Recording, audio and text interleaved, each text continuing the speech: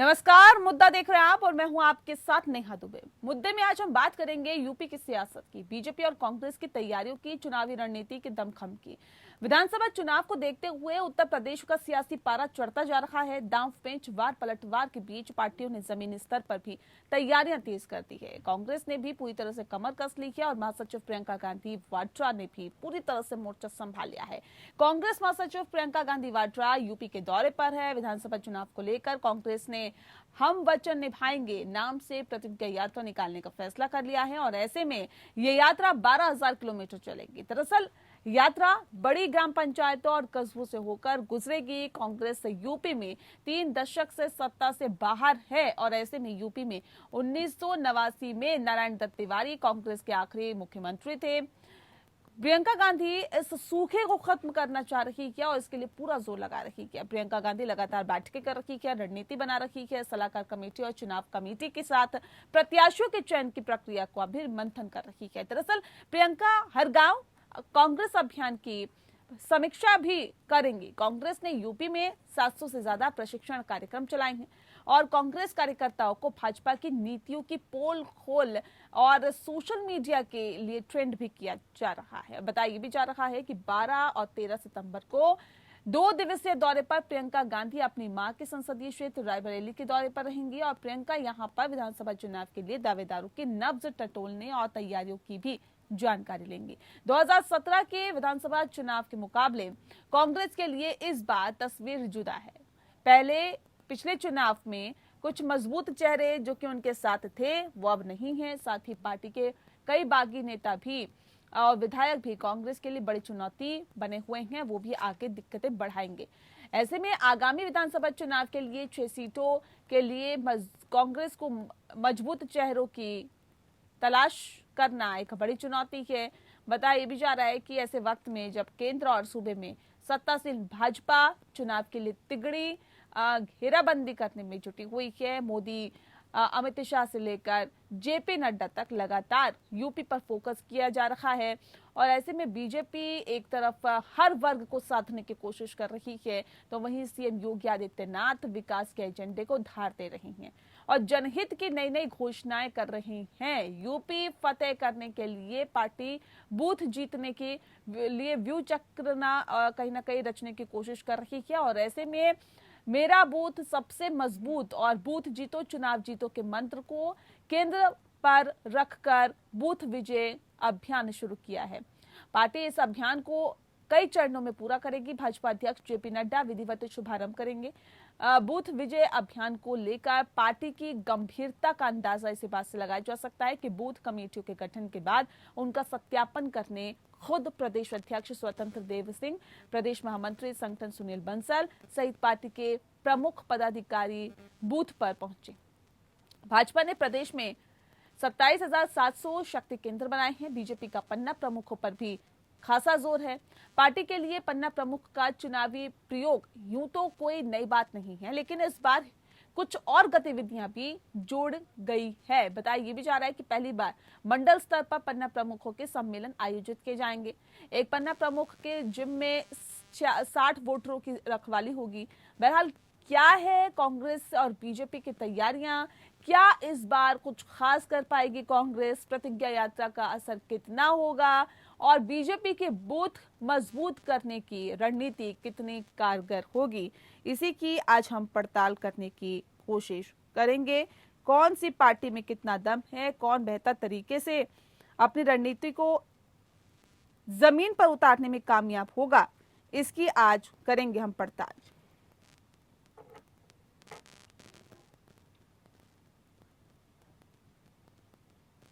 और आज इस विषय पे तफसील से चर्चा करने के लिए हमारे साथ खास पैनल मौजूद है, उनसे आपका परिचय करा देते हैं। अश्विनी शाही जी इस वक्त हमारे साथ हैं, स्पोक पर्सन है बीजेपी के। साथ ही साथ अभिषेक वाजपेयी जी हमारे साथ हैं जो कि यूपी कांग्रेस के स्पोक पर्सन है। आप दोनों का बहुत स्वागत है। सबसे पहला सवाल मेरा आपसे है अभिषेक वाजपेयी जी। सर, जिस तरह से प्रतिज्ञा यात्रा निकाली जा रही है या फिर यूं कहें कि जिस तरह से कांग्रेस लगातार अपने आप को मजबूत करने की कोशिश कर रही है, सूखे को खत्म करने की कोशिश की जा रही है, क्या लगता है कितनी सफलता हाथ लगेगी? देखिए, सबसे देखिए समस्या वाली बात नहीं है, लेकिन अभी तो हमने माननीय प्रियंका गांधी जी ने और सभी कार्यकर्ताओं ने एक साथ होकर के प्रतिज्ञा यात्रा के निकलने वाली है। तब सारी पार्टियों में इतनी बेचैनी होगी, अभी तो स्टार्ट भी नहीं हुआ है। आप समझ सकती हैं कि हमारे जोश को आप समझ सकती हैं और बाकी लोगों की बेचैनियों को भी आप समझ सकते हैं। सबसे बड़ी बात आती है। और प्रतिज्ञा यात्रा जो है, हमने जो वादे किए हैं और जो करते हैं, जो जनता के मुद्दों को हम उठाते हैं, हम उस बेस को लेकर के आगे बढ़ते। हम राम जी के नाम का सहारा लेकर के हम सत्ता में नहीं आएंगे, क्योंकि राम जी का आशीर्वाद उसी के साथ होता है जो सत्ता चलाना जानता है, जो लोगों के दुख दर्द को दूर करना जानता है। हम आरएसएस भारतीय जनता पार्टी के तरीके से नहीं कि जाकर के 4.5 पौने 5 सफाई काटेंगे, उसके बाद फिर जाकर के आरएसएस की गोद में बैठ जाएंगे। हम उस तरीके से काम नहीं करते हैं। हम जनता के मुद्दों की बात करते हैं। हम महंगाई पे भी बात करेंगे, हम महिला सुरक्षा के मुद्दे पे भी बात करेंगे, हम व्यापारी वर्ग के लिए भी हम बात करेंगे, हम किसान भाई जो कि हमें रोजी रोटी देता है उसके लिए भी हम बात करेंगे, हम पटरी दुकानदार के लिए भी बात करेंगे, हर वर्ग की बात करेंगे। ये प्रतिज्ञा यात्रा उसी चीज की है। इसके पहले आपने देखा होगा कोविड टाइम पे सेवा सत्याग्रह के नाम से 10 लाख से ज्यादा डोजेज माननीय प्रियंका गांधी जी ने गांव देहात सब जगह पे बंटवाई थी और 1 लाख लीटर से ज्यादा सैनिटाइजेशन की व्यवस्था करवाई थी, कंसंट्रेटर की व्यवस्था करवाई थी। जहां जहां पे डॉक्टर्स हमारे पास से अवेलेबिलिटी हो करके पहुंचा सकते थे, हमने पहुंचवाया था, लोगों के पास मदद करवाई थी। हम किसी सरकार के भरोसे नहीं थे, क्योंकि जिनकी मदद हुई है वो कभी भूल नहीं सकते हैं। ऐसे दौर में अगर आप लोगों ने मदद की है तो जाहिर तौर पर उसका फायदा भी आपको मिलेगा। बहरहाल अश्विनी जी, ठीक है सर, मैं लौटूंगी आपके पास। मैं समझ गई आप क्या कहना चाह रहे हैं। अश्विनी जी, सवाल इस बात को लेकर है, एक तरफ प्रतिज्ञा यात्रा, दूसरी तरफ बूथ मजबूत करने की रणनीति, क्या भारी पड़ेगी क्या प्रतिज्ञा यात्रा बूथ मजबूत करने की रणनीति पर? देखिए नेहा जी, जो है अभी यहीं पर एक अंतर पता चलता है कि हम आ रहे हैं बूथ से, ये आ रहे हैं प्रतिज्ञा यात्रा से, ये ऊपर स्काई लैब इनका आ रहा है और हम अपने जमीनी स्तर पर काम कर रहे हैं। यही अंतर पता चल जा रहा है। और हमारे भाई कांग्रेस के बड़े एक प्रतिबद्ध प्रवक्ता हैं और ये अपनी चीजों को जरूर पहुंचाना चाहेंगे। लेकिन मेरा ये कहना है कि हम लोगों ने जो बूथ पर पन्ना प्रमुखों का सम्मेलन से लेकर हम लोग एक छोटी छोटी चीज जो है, क्योंकि भारतीय जनता पार्टी 50% को मानकर चलती है कि हमको 50% वोट मजबूत करना है। हम लोगों का लक्ष्य वो होता है और हम बहुत सी छोटी चीजों पर एक अब पन्ना हमारे यहाँ सबसे नीचे जो है पन्ना प्रमुख है, उनका भी सम्मेलन हम कर रहे हैं और पूरे प्रदेश में हमारी जनादेश यात्रा भी निकली, हम किसानों के बीच में भी गए। आज हमारे कर्मयोगी आदित्यनाथ जी रोज भागते हुए नजर आते हैं, कहीं पर किस पीड़ित के घर गए, कहीं बाढ़ पीड़ित के घर गए, कहीं कोविड पीड़ित, तो इस तरीके की चीजें चल रही। तो हम कोई भी जो हमारे 23 करोड़ जनता से संबंधित, विकास से संबंधित, उनके स्वास्थ्य से संबंधित, उनकी शिक्षा से संबंधित मामले हैं, हम उनको छोड़ेंगे नहीं। हमारे भाई ने कहा, बहुत ही अच्छी चीजें कही कि हम लोग इस मुद्दे पर जाएंगे। 2-4 मुद्दे याद दिला देता हूँ। हो गया लगभग 30 साल में इनकी जो सबसे सरकार जब बनी थी 85 में 269 सीट थी और आज 7 सीट पर ये लोग हैं।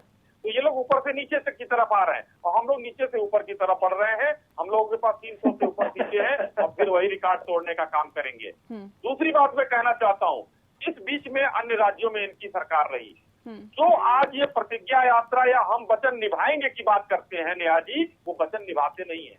बगल में पड़ोसी हमारा राज्य राजस्थान है, वहाँ सबसे महंगी बिजली है, 7 रुपए 35 पैसा बिजली बेचते हैं ये।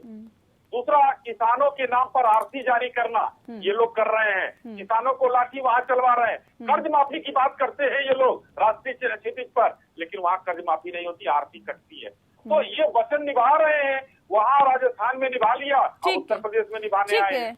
ठीक है, अभिषेक जी कुछ कहना चाह रहे हैं, आप अपनी बात रखिए, लेकिन उसी के साथ मेरे एक सवाल का जवाब भी दीजिएगा कि इतने सालों का सूखा खत्म करना सर कितनी बड़ी चुनौती है और क्या महज प्रतिज्ञा यात्रा से क्या लगता है कि लोगों के ऊपर एक बेहतर छाप छोड़ पाएगी प्रियंका गांधी वाड्रा, या फिर उस नब्ज को टटोलने की जो कोशिश की जा रही है कि आखिर किन को टिकट दी जाए किन को नहीं, तो क्या महज इस प्रतिज्ञा यात्रा से सत्ता तक पहुंचने का रास्ता क्या आसान होगा क्या? देखिए, अश्विनी जी हमारे बहुत ही घनिष्ठ मित्रों में से हैं और बड़े भाई भी हैं, लेकिन इस बात को अश्विनी जी भूल गए जिस बूथ स्तर की बात कर रहे हैं। ये शायद मुझे लगता है कि हरदोई की घटना भूल गए, या मुझे लगता है कि लखीमपुर या सीतापुर या कहाँ की घटना इनको बताएं कि जाके भूल गए। जब अगर इनकी पार्टी ने लोगों के लिए, जनता के लिए होता तो शायद शीर्ष नेतृत्व को जरूरत ना पड़ती कि सांसदों को विधायकों के एरिया में भेजने के लिए, क्योंकि इनको कॉन्फिडेंट होता कि हाँ हमारे विधायकों ने काम किया, हमें जरूरत नहीं है किसी की आप आइए प्रचार कीजिए, क्योंकि हर विधायक को कॉन्फिडेंट होता। नंबर एक बात। नंबर दूसरी चीज, हरदोई की घटना इनको याद दिला दो पुनः मैं इनको कि इनके केंद्रीय राज्य मंत्री टेनी जी हैं, जब वो हरदोई जिला तो एक ब्राह्मण वर्ग गया उनके पास, अपनी कार्यकर्ता उनको अपनी परेशानियां बताने लगा, तो टेनी जी अचानक से इतने नाराज हो गए परेशानियों को सुन करके कि कहा कि ये भारतीय जनता पार्टी का कार्यकर्ता नहीं हो सकता है, और जिला अध्यक्ष से बोला अगर ये कार्यकर्ता है अपनी भारतीय जनता पार्टी का, इसको तत्काल प्रभाव से आप इसको बाहर निकालिए। तो आप समझ सकते हैं कि कैसे दूषित मानसिकता के लोग हैं ये। जब अपने कार्यकर्ताओं की इज्जत नहीं कर सकते तो आम जनता की क्या इज्जत करेंगे, समझने वाली बात है। इसको समझना पड़ेगा और बारीकी से समझना पड़ेगा। और जैसा कि अभी ये हमारी बात कर रहे थे, देखिए आपको ये भी देखना पड़ेगा कि जैसा कि अभी आपने कहा कि सूखा, देखिए सूखा नहीं है। देखिए जब हरियाली आती है ना तो कहीं तो बहुत सन्नाटा हो जाता है। तो ये हम जब बात करते तो हम जनता की बात करते हैं, हम इधर उधर की बात नहीं करते, हम जनता के मुद्दों की बात करते हैं। पहले भी तो आप जनता की बात करने का ही दावा करते थे, लेकिन फिर जनता ने तो विश्वास नहीं किया। इस बंजर भूमि पर सर वोटों की खेती कैसे होगी, ये एक बड़ा सवाल है। बिल्कुल होगी, देखिए बिल्कुल होगी। हम कभी लोगों को बरगलाने का काम नहीं करते, हम धर्म और जाति के नाम पे वोट नहीं मांगते हैं। आप इस बात को समझिए, कांग्रेस पार्टी कभी भी इन सब चीजों को सम्मिलित नहीं करती है। आस्था का विषय प्रश्न अलग होता है और दूसरे प्रश्न अलग होते हैं। धर्म और जाति के नाम पे अगर आपने वोट मांगे तो क्या मांगा? आप वोट मांगे कि हाँ मैंने जनता के लिए काम किया, मैं महंगाई के लिए मैंने ये काम किया है, महिला सुरक्षा के लिए मैंने ये काम किया। आप गिनवाइए ना काम को, मैंने किसानों के लिए ये काम किए। अरे एक फोन कॉल दूर आपकी डबल इंजन की सरकार है। खास मेहमान लगातार हमारे साथ बने हुए हैं। सवाल इस बात को लेकर अश्विनी जी, इस बात का आरोप अब इसे ब्रेक पे जाने से पहले अभिषेक जी लगा रहे थे कि धर्म और जाति के आधार पर भाजपा कहीं ना कहीं राजनीति करती है। अगर ऐसा है तो वोट मजबूत करने और बूथ मजबूत करने की ये क्यों कोशिश की जा रही है? क्यों सांसदों को क्षेत्रों में भेजा जा रहा है? क्यों कहीं ना कहीं हर क्षेत्र में 5,000 मुस्लिम वोटर्स को कहीं ना कहीं एक अपनी तरफ करने की कोशिश की जा रही है? अगर धर्म और जाति की राजनीति करनी है सर, ये इतना जतन क्यों? अश्विनी जी। नेहा जी, यही जो कांग्रेस पार्टी है, इसको सोनिया जी एंड सन्स का नाम दिया जाए तो ज्यादा बढ़िया है कि जिनके पास इतने ही लोग हैं कि जो कहीं भेज नहीं सकते हैं। या प्रियंका जी जाएंगी या राहुल जी जाएंगी, सोनिया जी तो अस्वस्थ चल रही है। भारतीय जनता पार्टी विश्व की सबसे बड़ी पार्टी है और हमारे नेताओं का अकाल नहीं है। हमारे यहाँ जब इतने MP हैं, इतने MLA हैं, तो उन्हीं को भेजा जाएगा, उन्हीं मंत्रियों को भेजा जाएगा। और कहीं भी चुनाव होता है, भारतीय जनता पार्टी का ये इतिहास रहा है। वही बात है, नेताओं का अकाल नहीं है, ऐसा नहीं है, वैसा नहीं है। सर पश्चिम बंगाल में तो हमने देखा ना कि सांसदों से हटाकर उन्हें पहले विधानसभा का चुनाव लड़वाया गया। कैसी बात आप कर रहे हैं कि नेताओं का अकाल नहीं है? तो लड़ाया गया तो 377 तो पहुंचे नहीं। तो आपके पास विधायक जीरो नहीं हो गए, आपके पास विधानसभा के लिए कैंडिडेट्स नहीं थे, मान लीजिए ना इस बात को। क्यों? ऐसा कुछ नहीं है, ऐसा कुछ नहीं है। आप जिनके ऊपर घोटालों के आरोपी थे, आपने उन्हीं को चुनाव लड़ाया। आपने ये भी तो बताइए ना, इस बात में गुरेज क्यों कर रहे हैं बताने में? दूसरे की पार्टियों के ऊपर जो आरोप लगाया, जो घोटालेबाज थे, उनको तोड़ करके आपने अपने यहाँ चुनाव लड़ाया। आपके तो सिर्फ मंशा ये रहती है क्योंकि आपके पास अपने जनाधार बताते तो है, लेकिन जनाधार होता नहीं है। जहाँ पे लोग जनता जिस पार्टी को बहुमत देती है, उस पार्टी के लिए आप क्या करते हैं? उनके विधायकों को रुपए पैसे और ठीक है, सुन लेते हैं अश्विनी जी को, सुन लेते हैं अभिषेक जी, फिर मैं लौटूंगी आपके पास। अश्विनी जी अब जवाब दीजिए कि अगर आपने इतना ही बेहतर काम किया है तो आज ये नौबत क्यों आ रही है कि हर क्षेत्र में सांसदों को भेजा जा रहा है, कहा जा रहा है कि अपनी उपलब्धियों को बताइए? जी हमने बेहतर काम किया है और आगे भी करते रहेंगे। बताने की जरूरत है क्या? देश ने क्यों नहीं, अपने चीजों को बताने का जरूरत है। नहीं तो ऐसे कांग्रेस के लोग भ्रम फैलाते हैं, कांग्रेस के लोग देश में भ्रम फैला रहे हैं। कहीं पर राहुल जी एक ट्वीट करके भ्रम फैला रहे, ज्योतिषाचार्य हो जाते हैं अपने, जहाँ पर उनके शासित राज्य है वहाँ पर वो भ्रम नहीं, उनको वो ज्योतिष नहीं आता है कि महाराष्ट्र को बता दे कि वहाँ भी कोरोना आने वाला है। दूसरी बात मैं अभिषेक जी की का जवाब देना चाहूंगा, बीजेपी में कार्यकर्ताओं का सम्मान नहीं है, इन्होंने बहुत बड़ा आरोप लगाया। मैं भी आपको कहना चाहूँ, हमारे यहाँ चलिए कार्यकर्ताओं का सम्मान नहीं है, एक कार्यकर्ता था वो माननीय मंत्री जी के सामने बोलने की हिम्मत तो रखता है। आप क्या सोनेवाल जी की बात मैं करता हूँ, दिल्ली आते हैं राहुल जी, उनसे मिलते नहीं है 1 साल, और जब मिलते हैं तो कुत्ते को बिस्किट खिला रहे होते हैं। दूसरा उदाहरण देता हूँ जितिन प्रसाद जी का, जिस दिन उनको आप पार्टी से हटाया गया, वो उन्होंने इस्तीफा दिया, जो भारतीय जनता पार्टी में शामिल हुए, तो मध्य प्रदेश कांग्रेस के ट्विटर हैंडल से आया था, ये कूड़ेदान में फेंके जाने वाले कूड़े थे। जब से प्रियंका जी आई है राजनीति में, सबसे बड़े बड़े नेताओं का इनको छोड़ के जाना सगल हो गया है। कांग्रेस को छोड़ने का एक कार्यक्रम चल गया है, जो इनके इर्द गिर्द नेता थे वो छोड़कर जा रहे हैं। तो अब देखिए कि उत्तर प्रदेश में 5% की कांग्रेस रियाजी क्या कर सकती है, और हमारा जो इस समय 300 से ऊपर सीट पाए हुए हैं, हम क्या कर सकते हैं। तो हम लोगों ने अपने गांव में, अपने बूथ में MP MLA भेजना ही है, क्योंकि वहां पर जो ये लोग फैलाए हुए हैं। ठीक है सर, हम क्योंकि कार्यक्रम के आखिरी पड़ाव में, अभिषेक जी सवाल इस बात को लेकर है कि अगर इनके सांसद हर क्षेत्र में जा रहे हैं, प्रचार कर रहे हैं और अपनी उपलब्धियों को गिना रहे हैं, तो इसमें हर्ष क्या है। प्रियंका गांधी भी तो सोनिया गांधी के संसदीय क्षेत्र में जाएंगी, वहां नहीं बताएंगे कि उन्होंने कितना काम किया है। देखिए, अगर काम किया होता तो बताने की जरूरत नहीं पड़ती। तो प्रियंका गांधी क्या करने जा रही है, प्रियंका गांधी क्या करने जा रही है रायबरेली।